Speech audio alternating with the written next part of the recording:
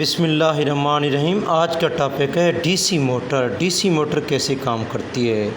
DC motor में एक कोयल होता है जो कोयल 90 डिग्री से ज़्यादा नहीं घूम सकता है और आमतौर पर इसमें दो साइड्स होती हैं, एक होती है PQ और एक होती है RS। ये कोयल है। ये कोयल क्या होता है, ये रेक्टेंगुलर कोयल है। Now we have to clear it. It consists of the coil which cannot rotate more than 90 degree. ये ऐसा कोयल होता है जो 90 डिग्री से ज़्यादा पर रोटेट नहीं कर सकता। It has two part, one is PQ and second is RS. This coil is present between two magnet. North and south pole के दरमियान, मैग्नेट के दोनों पोल के दरमियान ये कोयल मौजूद होता है। ऑन इट्स एक्सेस, इसके एक्सेस पर there is present a ring, there is present a copper ring. When it is cut down into two pieces it become a split ring. इसके एक्सेस पर रिंग, कोयल के एक्सेस पर copper की ring होती है, उसको दरमियान से काटा जाता है। जब दरमियान से काटा जाता है it is called the split ring. उसे क्या कहा जाता है, स्प्लिट रिंग कहा जाता है। अब इसके अतराफ में ये नज़र आ रहा है, ये दूसरी साइड, ये टू क्या होते हैं, बुर्शेज़ होते हैं। ये ग्रेफाइट के टू बुर्शेज़ होते हैं। इन बुर्शेज़ को आगे बैटरी और की के साथ जोड़ दिया जाता है। ये तो इसकी स्ट्रक्चर, इंफ्रास्ट्रक्चर दिखाया गया है। स्ट्रक्चर दोबारा देखें, ये टू मैग्नेट है, नॉर्थ पोल और उसका साउथ पोल, उसके दरमियान ये कोयल दिखाया गया है PQRS। इसके एक्सेस पर, कोयल के एक्सेस पर क्या मौजूद है, ये एक रिंग मौजूद है। ये किसका बना होता है, कॉपर का। इस रिंग को दरमियान से जब काट दिया जाता है इसको स्प्लिट रिंग कहा जाता है। स्प्लिट रिंग कम्यूटेटर का किरदार अदा करता है। इसके साथ ही दो ग्रेफाइट के बुर्शेज़ होते हैं। इन बुर्शेज़ को आगे बैटरी और की के साथ जोड़ दिया जाता है। ये इसका स्ट्रक्चर था। अब हम इसको ये कह सकते हैं, इसके लिहाज से हम ये कह सकते हैं कि कोयल जो है PQ साइड पर अपवर्ड फोर्स रिएक्ट करती है, अपवर्ड फोर्स एक्ट करती है। RS पर ये एरो शो कर रहा है, डाउनवर्ड फोर्स रिएक्ट कर रही है। ये एरो शो करता है PQ अपवर्ड मूव कर रहा है, ये शो कर रहा है ये डाउनवर्ड मूव कर रहा है। अब कोयल आकर परपेंडिकुलर रुक जाता है। जब रुक जाता है तो ये जो हमारे पास बुर्शेज़ है, ग्रेफाइट बुर्शेज़, ये दोनों दरमियान में रिंग के आ जाएंगे। अब ये रिंग भी करंट को चेंज करने का बायस बनेगा। ये स्प्लिट रिंग आगे करंट को चेंज करने का, आगे ले जाने का बायस बनता है। अब ये बुर्श दूसरी रिंग के साथ जुड़ जाएगा, ये बुर्श इस रिंग के साथ जुड़ जाएगा। ये X1 नाम रखे, इसका Y नाम रखे। X का इस स्प्लिट रिंग के साथ, S1 के साथ, और Y का S2 के साथ क्या हो जाता है, राब्ता हो जाता है। अब ये कोयल ऐसे मुसलसल क्या करता रहता है, रोटेट करता रहता है। ऐसे क्लॉकवाइज सिमत में रोटेट करता रहता है। PQ ऐसे नीचे RS ऊपर, इस तरह मुसलसल रोटेट करता जाएगा। अब ये जो रिंग जो है, ये रिंग कम्यूटेटर का किरदार अदा करता है। लेकिन बाज़ औक़ात इस रिंग के दरमियान ये शाफ्ट लगा दी जाती है। ये शाफ्ट, जब इसके दरमियान एक शाफ्ट लगा देते हैं तो ये शाफ्ट इसको घुमाने का क्या बनता है, रिंग को घुमाने का बायस बनता है।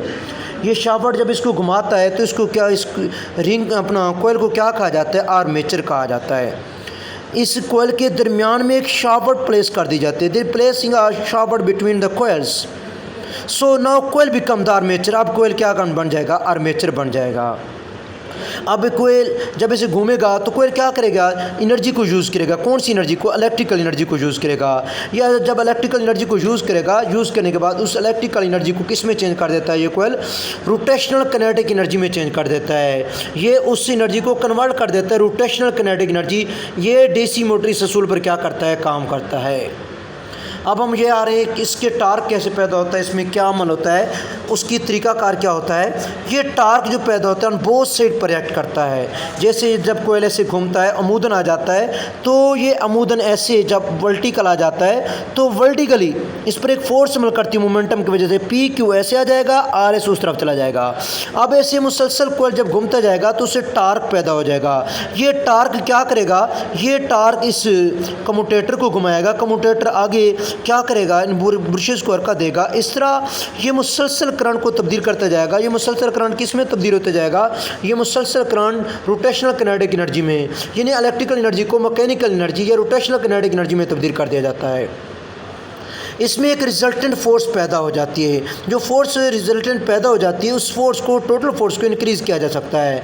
किस तरीके से, 4 तरीके से इंक्रीज़ किया जाता है। Number 1, by increasing the number of the turns on the coil, coil के चक्रों की तादाद को बढ़ाकर। Increasing the number of turns of the coil, increasing the number of turns on the coil, coil के चक्रों की तादाद को बढ़ाकर। Increasing the number of turns on the coils.